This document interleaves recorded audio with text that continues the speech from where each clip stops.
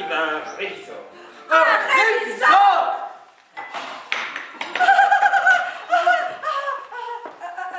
Un révisor? Un révisor? Un révisor de Pétersbourg, incognito.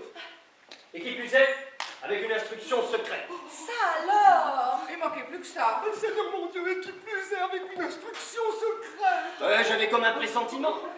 Toute cette nuit, j'ai vu en rêve 2 rats. Comme ça. Extraordinaire.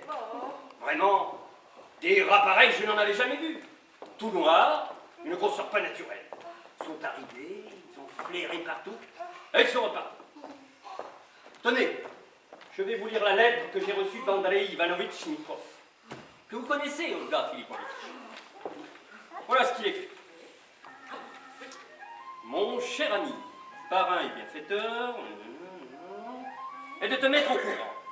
Ah, voilà. Je m'empresse entre autres de te faire savoir qu'il nous est venu un fonctionnaire, avec pour instruction d'inspecter toute la province, et particulièrement notre district. Je tiens cela des personnes les plus fiables, encore qu'il se présente comme un particulier. Sachant que tu as, comme tout un chacun, quelques petits péchés sur la conscience, parce que tu n'es pas un imbécile et tu n'aimes pas laisser passer ce que le courant charrie. Bon, là, personnel, je te conseille de prendre des précautions, car il peut arriver d'une heure à l'autre. Si tant est qu'il ne soit pas déjà là et n'habite pas je ne sais où, incognito. Hier, j'ai... Bon, à partir de là, c'est des affaires de famille. Ma sœur Anna Kirilovna vient d'arriver chez nous avec son mari. Ivan Kirilovitch a pris beaucoup de ventre et continue de lui casser les oreilles avec son violon, etc., etc. Eh bien, voici la circonstance. Oui, pour une circonstance, c'est extraordinaire, vraiment extraordinaire. Il y a anguille sous roche. Mais pourquoi ça, Anton Antonovitch? Mais d'où cela vient-il? Pourquoi est-ce qu'il nous arrive un révisor? Pourquoi? Faut croire que c'est le destin. Jusqu'à présent, il s'en prenait aux autres vies. Maintenant, c'est le tour de la nôtre. Je pense, Anton Antonovitch, qu'il y a là une raison fine et surtout politique. Voilà ce que cela veut dire. La Russie. Oui, la Russie. La Russie s'apprête à déclarer la guerre. Et le fonctionnaire, donc l'État, envoie un fonctionnaire pour voir s'il n'y aurait pas de la trahison quelque part. Vous alors? Et ça se dit maligne. Dans un chef-lieu de district de la trahison? C'est une ville frontière ou quoi? On galoperait d'ici pendant 3 ans qu'on n'arriverait jamais à un état. La hiérarchie n'est pas si belle. Nous sommes peut-être loin, mais elle ouvre l'œil. Eh bien qu'elle l'ouvre ou qu'elle ne l'ouvre pas son œil, moi mes amis, je vous aurais prévenu. Prenez garde. J'ai déjà pris quelques dispositions dans mon domaine et je vous conseille d'en faire autant. Surtout vous, Olga Filipovitch. Il est hors de doute que le fonctionnaire de passage voudra d'abord examiner les œuvres de charité dont vous avez la charge. Donc faites en sorte que tout y soit comme il faut, que les bonnets soient propres et que les malades ne ressemblent pas à des ramoneurs. Le laisser-aller qu'il y a dans la tenue. Bon, ça, c'est pas la mer à boire. Les bonnets, soit on peut en mettre des propres. Mais vu que sur chaque lit on inscrive en latin ou dans quelque autre langue la moindre maladie.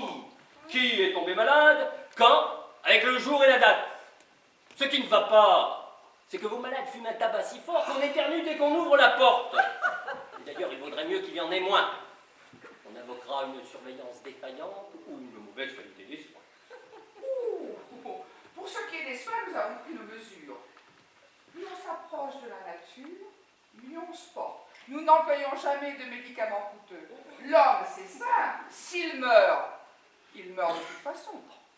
Et s'il guérit, pouf, il fera son nous.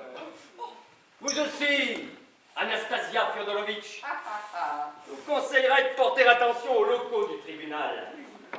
Dans votre entrée, là où les plaignants se présentent d'habitude, les gardes se sont mis à élever des oies domestiques, avec leurs petits oisons, qui viennent littéralement vous cacter dans les pattes. Les lois de cercle d'élever sa basse-cour pour tout un chacun. C'est un droit imprescriptible même pour un garde. Mais vous savez, dans un endroit pareil, ça ne se fait pas. Je voulais déjà vous le faire remarquer depuis longtemps, mais je ne sais pas. J'oubliais toujours. Eh bien, je l'ai fait préparer aujourd'hui même à la cuisine. Vous n'avez qu'à venir dîner. Demain, votre assesseur, c'est bien sûr un homme versé dans la science, mais l'odeur qu'il émet, c'est comme s'il était tombé dans une barrique. Mais ça non plus, ce n'est pas bien. Il y a longtemps que je voulais vous en parler, mais je ne sais pas, je ne me souviens pas, j'étais toujours distrait. Il y a des remèdes contre. Si c'est vraiment vrai ce qu'il dit, que c'est son odeur de nature, on peut lui conseiller de manger, moi je ne sais pas, des oignons, de l'ail, ou bien quelque chose d'autre. Non. Lui, c'est vraiment impossible de le chasser. Il dit que dans son enfance, sa nourrice l'a cogné et que depuis ce temps, il sent quelque peu la vodka. Je faisais juste la remarque. Quant aux dispositions internes, et ce qu'André Ivanovitch appelle les petits péchés, je ne peux rien vous dire. Ça aurait été étrange que je parle. Il n'est pas homme au monde qui n'ait un peu de péché. C'est Dieu même qui l'a fait ainsi. Et les voltairiens ont tort de parler contre. Qu'entendez-vous, Anton Antonovitch, par petit péché? Car il y a petit péché et petit péché. Je le dis franchement que je prends des pots de vin. Mais quoi comme pots de vin? Des chiots de Chihuahua. Ça n'a rien à voir. Vous savez, les chiots de Chihuahua ou autre chose, c'est toujours des pots de vin. Ah non, Anton Antonovitch. Tenez par exemple, prenez une personne qui porte une pelisse de 500 roubles ou un châle pour son époux. Et alors, que vous preniez des pots de vin sous forme de chiots de Chihuahua, ce qu'il y a, c'est que vous ne croyez pas en Dieu. On nous a jamais vu à l'église. Moi, au moins, je suis ferme dans la foi. Et à l'église, j'y vais tous les dimanches.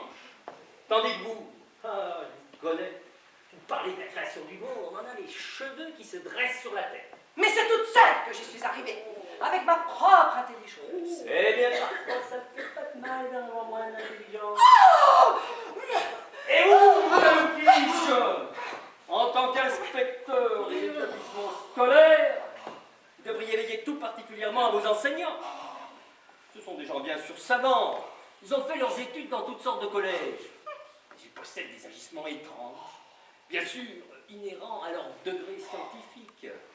Il y en a un, par exemple, celui qui a les grosses joues. Je ne me souviens plus de son nom. Il faut absolument, chaque fois qu'il monte en chair, qu'il fasse une grimace, comme ça. Et après, avec sa main par-dessus la cravate, il se met à se lisser la barbe. Oh, bien sûr, s'il fait une tronche pareille à un élève, ce n'est encore rien, peut-être, je ne sais pas, c'est une nécessité pédagogique. Je ne peux pas en juger. Mais vous, jugez vous-même. Si vous la faites à un visiteur, ça peut se passer très mal. Monsieur le réviseur, n'importe qui pourrait le prendre à son compte, et là, le diable sait ce qui peut en résulter. Que voulez-vous que je fasse avec lui, je vous jure? Ça fait plusieurs fois que je lui dis. Ces jours-ci encore, monsieur le doyen est passé dans nos classes, et lui, il vous a fait une de ses gueules. Jamais je n'avais encore vu ça. Lui, il l'a fait de bon cœur. Mais moi, j'ai eu un plan comme qu'on répandait de la libre pensée dans la jeunesse. Mais je dois aussi vous faire la même remarque pour le professeur d'histoire. C'est un vrai cerveau, ça se voit. Pour les connaissances, c'est un vrai puissant fond. Mais il s'explique avec une telle chaleur qu'il ne se contrôle plus. Je l'ai écouté un jour. Bon, pendant qu'il parlait des Assyriens et des Babyloniens, ça allait encore. Mais quand il en est arrivé à Alexandre de Macédoine, voilà, je ne peux pas vous dire ce qu'il a pris. Je pensais qu'il avait le feu, je vous jure. Il court en l'estrade de toutes ses forces. Il casse. Il frappe une chasse par terre. Et alors, Il est prompt à s'enflammer. Je lui ai fait la remarque plusieurs fois, mais il me dit qu'importe, je donnerai ma vie pour la science. eh oui, c'est une loi inexplicable du destin. Quand vous êtes intelligent, soit vous êtes un ivrogne, vous faites des grimaces à offenser les saints. Oh, Dieu nous préserve de ça dans le domaine scientifique. On a peur de tout. N'importe qui s'en mêle. N'importe qui veut montrer que lui aussi il est intelligent. Ah, ça ne sera encore rien. Maudit incognito. D'un seul coup, il se pointe. Ah, les cocos. Qui c'est, il vous dira ici la juge. Yapkin, on l'amène, Yapkin. Et qui c'est, la curatrice des J'aime les hannetons, comme moi-même, j'aime les hannetons. Parce qu'il est bon. Oh, expliquez-moi, mes amis, qu'est-ce que c'est ce fonctionnaire qui nous arrive? Parce que vous n'êtes pas au courant. Je suis au courant par Petrouchka Ivanovitch Bobchinski. Elle vient juste de passer au bureau de poste. Eh bien, qu'est-ce que vous en pensez? Ce que j'en pense, nous faisons la guerre aux Turcs. Mot pour mot, moi aussi, je pensais la même chose. Ah, et toutes les deux, en pleine dans le mille. Mais si, la guerre aux Turcs, toujours la faute aux Français. La guerre aux Turcs. Mais c'est à nous qu'on fait la guerre, pas aux Turcs. Ça, on le sait, j'ai une lettre. Ah, ben dans ce cas, ce n'est pas la guerre aux Turcs. Bon, alors vous en pensez quoi, Ivana Kuzmich? Moi, ce que j'en pense, et vous, Anton Antonovitch? Quoi, moi? Bah, ce n'est pas que j'ai peur. C'est les marchands et les bourgeois qui me gênent. Ils disent qu'ils en voient de toutes les couleurs avec moi. Alors que moi, tenez, je vous jure, si j'ai grappillé par-ci par-là, c'était vraiment sans haine au cul. Je me demande même s'il n'y aurait pas une dénonciation quelconque. Parce que c'est vrai, et pourquoi il vient chez nous, ce révisor? Écoutez, Ivana Kuzmich, vous ne pourriez pas, pour le bien commun, toutes les lettres qui arrivent à votre poste, qui arrivent et qui partent, vous savez, comme ça, un petit peu, les décacheter, et les lire, voir si elles ne contiendraient pas une dénonciation quelconque, ou de la simple correspondance. S'il n'y a rien, vous les recachetez. Notez les lettres, on peut même les distribuer comme ça, les cacheter. Je sais, vous parlez à une convertie. Ça, je le fais déjà. Et moins par précaution que par curiosité. Oh, c'est fou ce que j'aime savoir les nouvelles du monde. Je vous dirais, c'est une lecture passionnante. Il y a des lettres qu'on lit avec un vrai plaisir, tellement on y décrit toutes sortes d'aventures. Oh, quelle richesse d'enseignement! Mieux que les nouvelles de Moscou. Eh bien, dites-moi, vous n'auriez rien lu sur un fonctionnaire de Pétersbourg? Non. Sur les fonctionnaires de Pétersbourg, rien. Mais on parle beaucoup de ceux de Kostroma et de Saratov. Dommage pourtant que vous ne lisiez pas les lettres. Il y a des passages splendides. Tout récemment, un lieutenant qui écrivait à un de ses amis. Et il lui décrivait un mal de la manière la plus joyeuse. Très bien. M'en vu, mon ami. Il lui disait, c'est cool, on a un lieu paradisiaque. Les jeunes filles fleurissent, la musique résonne, les étendards galopent. C'est fou, mais c'est fou que vous mettez à décrire. J'ai mise de côté exprès. Vous voulez que je vous la dise? Un autre jour. Alors je vous en prie, Ivana Kuzmich, si on ne sait jamais, vous tombez sur une plainte ou une dénonciation. Alors, ni une ni deux, vous retenez. Oh, avec le plus grand plaisir. Attention que ça ne vous retombe pas sur la tête. Oh, Jésus m'a. Mais non. Moi, je ne dis pas, vous en feriez quelque chose de public. Mais là, n'est-ce pas, c'est une affaire de famille. Oui, moi je la sens mal, cette nouvelle affaire. Et moi, ce qui m'obsède, c'est ce maudit incognito. On reste là, on attend n'importe quand que la porte s'ouvre et... Ah,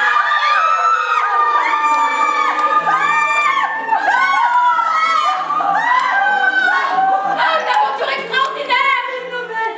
Et la Qu'est-ce qu'il y a? On arrive à l'hôtel. On arrive, Petrouchka Ivanovitch et moi, à l'hôtel.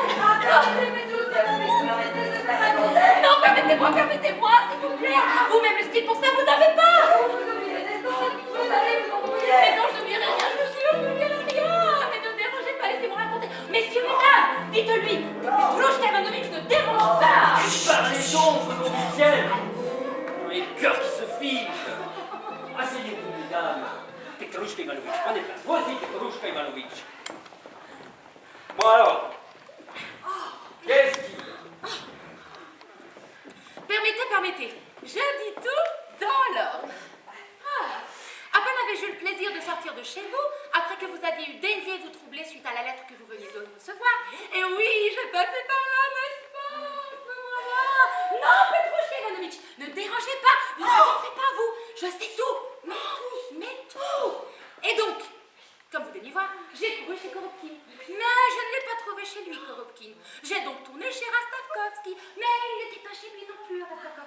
Je suis donc allée chez Ivanović pour lui communiquer la nouvelle que vous veniez de recevoir. Et en sortant de chez elle, j'ai rencontré Petrouchka Ivanović. Auprès du kiosque de marchand de pâté chaud. Oui. Auprès du kiosque de marchand de pâte chaud. Eh oui, et comme ça, je demande à Petrouchka Ivanović, êtes-vous au courant, n'est-ce pas, de la nouvelle qu'Anton Antonovitch a reçue par une lettre digne de foi? Or, Petrouchka Ivanović était déjà au courant, de par votre chambrière, laquelle, je ne sais pas pourquoi, avait été envoyée chez Philippe Antonovitch Potchouïev.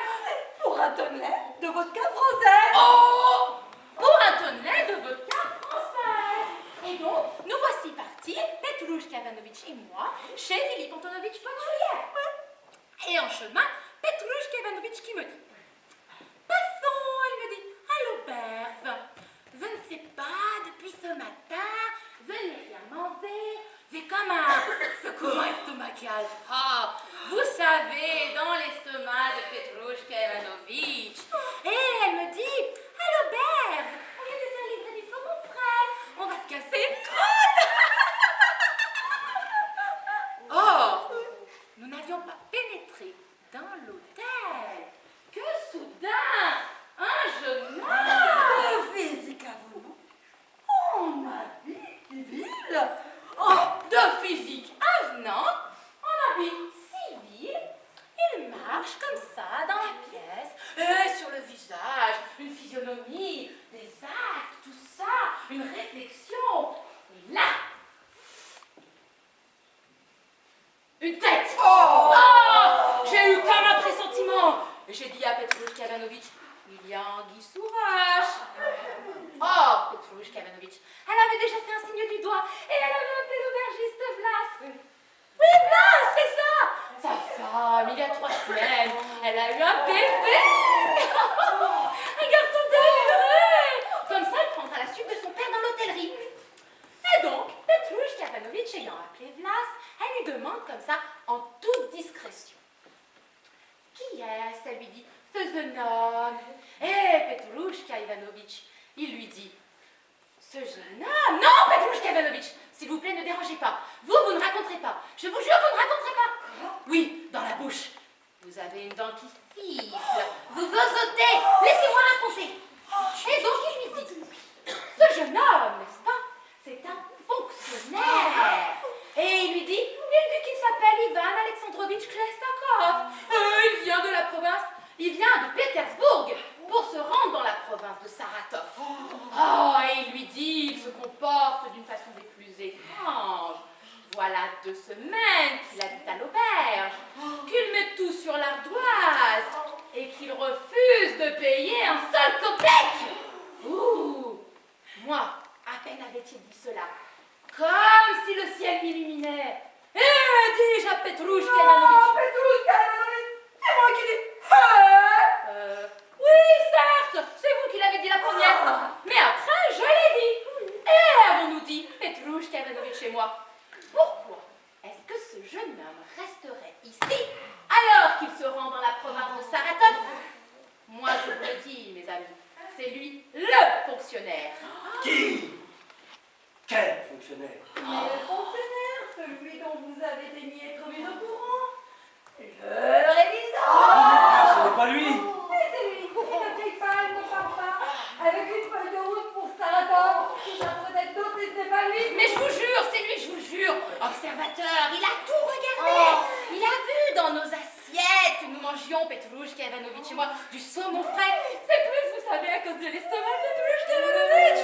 Eh bien, ça m'a pétrifié d'épouvante. Ah mon Dieu, prends pitié de nous, pécheurs.